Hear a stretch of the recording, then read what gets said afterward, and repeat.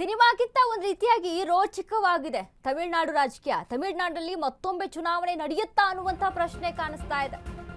ಯಾಕೆ ಅಂತ ನೋಡಿದ್ರೆ ಈಗ ಆಗ್ತಾ ಇರುವಂತಹ ಬೆಳವಣಿಗೆಗಳು ಸಿನಿಮಾಗಿಂತನೂ ರೋಚಕವಾಗಿದೆ. ತಮಿಳು ರಾಜಕೀಯ ತಮಿಳುನಾಡಿನಲ್ಲಿ ಮತ್ತೊಮ್ಮೆ ಚುನಾವಣೆ ನಡೆಯುತ್ತಾ ರಾಜಕೀಯ ಗಣಿತ ಅರಿಯದೆ ಒದ್ದಾಡುತ್ತಿದ್ದಾರೆ ವಿಜಯ್ಗೆ ಬೆಂಬಲ ನೀಡಿರೋದು 5 ಶಾಸಕರಿಗೂ ಕಾಂಗ್ರೆಸ್. 118 ನಂಬರ್ ತಲುಪಲು ವಿಜಯ್ಗೆ ಬೇಕು ಇನ್ನೂ 6 ಶಾಸಕರು. 118 ಶಾಸಕರಿದ್ರೆ ಮಾತ್ರ ಸರ್ಕಾರ ರಚಿಸಿ ಎಂದ ರಾಜ್ಯಪಾಲರು. 20 ದಿನದಲ್ಲಿ ಸಂಖ್ಯಾಬಲ ತೋರಿಸ್ತೀವಿ ಎನ್ನುತ್ತಿರೋ ವಿಜಯ್.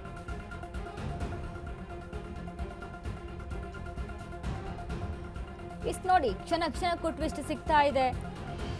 ರಾಜಕೀಯವಾಗಿ ಬೆಳವಣಿಗೆಗಳು ಆಗ್ತಾ ಇದೆ.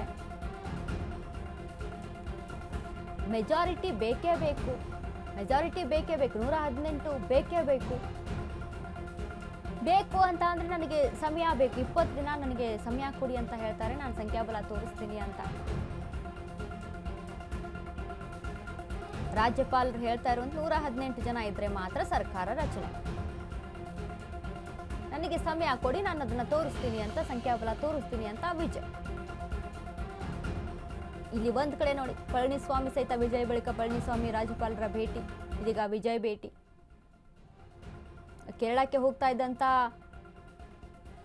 ಗವರ್ನರ್ ಕೇರಳ ಟೂರನ್ನ ಕ್ಯಾನ್ಸಲ್ ಮಾಡ್ತಾರೆ. ಇಲ್ಲಿ ನೋಡಿ ಬೆಳವಣಿಗೆ ಎಷ್ಟು ಇವತ್ತು ಮಾರ್ನಿಂಗ್ ನಾವು ನೋಡ್ತಾ ಇದ್ದೀವಿ, ಎಷ್ಟೆಲ್ಲ ಬೆಳವಣಿಗೆ ಕಾಣಿಸ್ತಾ ಇದೆ. ತಮಿಳುನಾಡು ರಾಜಕೀಯದಲ್ಲಿ ಆಗ್ತಾ ಇರುವಂತ ಹಗ್ಗ ಜಗ್ಗಾಟಗಳು ಯಾವ ರೀತಿಯಾಗಿದ್ದಾವೆ, ಯಾವ ರೀತಿಯಾಗಿ ವಿಜಯ್ ಕಂಗಾಲಾಗಿದ್ದಾರೆ. ಇಲ್ಲಿ ತಲೆ ಕೆಟ್ಟು ಹೋಗ್ಬಿಟ್ಟಿದೆ ವಿಜಯ್ಗೆ. ಬಟ್ ನಿಭಾಯಿಸ್ತಾ ಇದ್ದಾರೆ. ಈ ನಿಭಾಯಿಸುವಂತ ಇದರಲ್ಲಿ ಯಾವ ನಿರ್ಧಾರವನ್ನ ತೆಗೆದುಕೊಳ್ತಾರೆ ವಿಜಯ್ ಅನ್ನುವಂಥದ್ದು ಇಲ್ಲಿ ತುಂಬಾ ಇಂಪಾರ್ಟೆಂಟು. ನಿರ್ಧಾರಗಳು ತಮಿಳುನಾಡಲ್ಲಿ ಮತ್ತೆ ನಡೆಯುತ್ತಾ ಚುನಾವಣೆ. ಬಹುಮತ ಸಿಗದಿದ್ರೆ ತಮಿಳುನಾಡಲ್ಲಿ ಮತ್ತೆ ಎಲೆಕ್ಷನ್. ವಿಜಯ್ ಬಹುಮತ ಸಾಬೀತುಪಡಿಸಲು ವಿಫಲವಾದ್ರೆ ಎರಡನೇ ಅತಿ ದೊಡ್ಡ ಪಕ್ಷ ಡಿಎಂಕೆಗೆ ಆಫರ್ ಹೋಗುತ್ತೆ. ಸರ್ಕಾರ ರಚಿಸಲು ಆಹ್ವಾನ ಕೊಡುತ್ತಾರೆ ರಾಜ್ಯಪಾಲರು. ಡಿಎಂಕೆಯು ಬಹುಮತ ಸಾಬೀತುಪಡಿಸದಿದ್ರೆ ಕಷ್ಟ. ಇಲ್ಲಿ ತಮಿಳುನಾಡಲ್ಲಿ ಹೇರಿಕೆಯಾಗುತ್ತೆ ರಾಜ್ಯಪಾಲರ ಆಳ್ವಿಕೆ. ಮುಂದಿನ 6 ತಿಂಗಳೊಳಗೆ ಮತ್ತೆ ವಿಧಾನಸಭಾ ಚುನಾವಣೆ. ಎಸ್, ಆಪ್ಷನ್ ಇದೊಂದು. ರಾಜ್ಯಪಾಲರು ಇದೀಗ ಒಂದು ವೇಳೆ ವಿಜಯ್ ಏನಾದ್ರೂ ಸರ್ಕಾರ ರಚನೆ ಮಾಡೋದ್ರಲ್ಲಿ ಫೇಲ್ ಆದ್ರೆ ಡಿಎಂಕೆಗೆ ಆಫರ್ ಹೋಗುತ್ತೆ. ಡಿಎಂಕೆಗೆ ಆಫರ್ ಹೋದ್ರೆ ಎಲ್ಲ ಪಕ್ಷಗಳು ಸೇರಿ, ಎಲ್ಲ ಪಕ್ಷ ಅನ್ನೋದಕ್ಕಿಂತ ಡಿಎಂಕೆ, ಕಾಂಗ್ರೆಸ್, ಸಿವಿಕೆ, ವಿಸಿಕೆ ಎಲ್ಲವೂ ಸೇರ, ಇತರೆ ಪಕ್ಷಗಳು ಸೇರಿ ಎಲ್ಲವೂ ಕೂಡ 120 ಸ್ಥಾನಗಳನ್ನ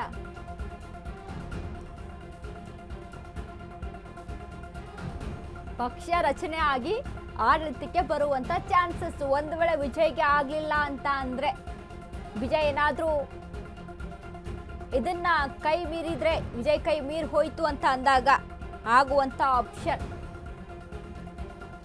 ಬಟ್ ವಿಜಯ್ 20 ದಿನ ಅವಕಾಶ ಕೇಳ್ತಾ ಇರುವಂತದ್ದು ರಾಜ್ಯಪಾಲರಿಗೆ, ನಾನು ಸಂಖ್ಯಾಬಲ ತೋರಿಸ್ತೀನಿ ಅಂತ. ಬಟ್ ಇನ್ನೊಂದು ಕಡೆ ಎಐಎಡಿಎಂಕೆಯ ಸಪೋರ್ಟ್ ಏನಾದ್ರೂ ವಿಜಯ್ಗೆ ಸಿಕ್ಕರೆ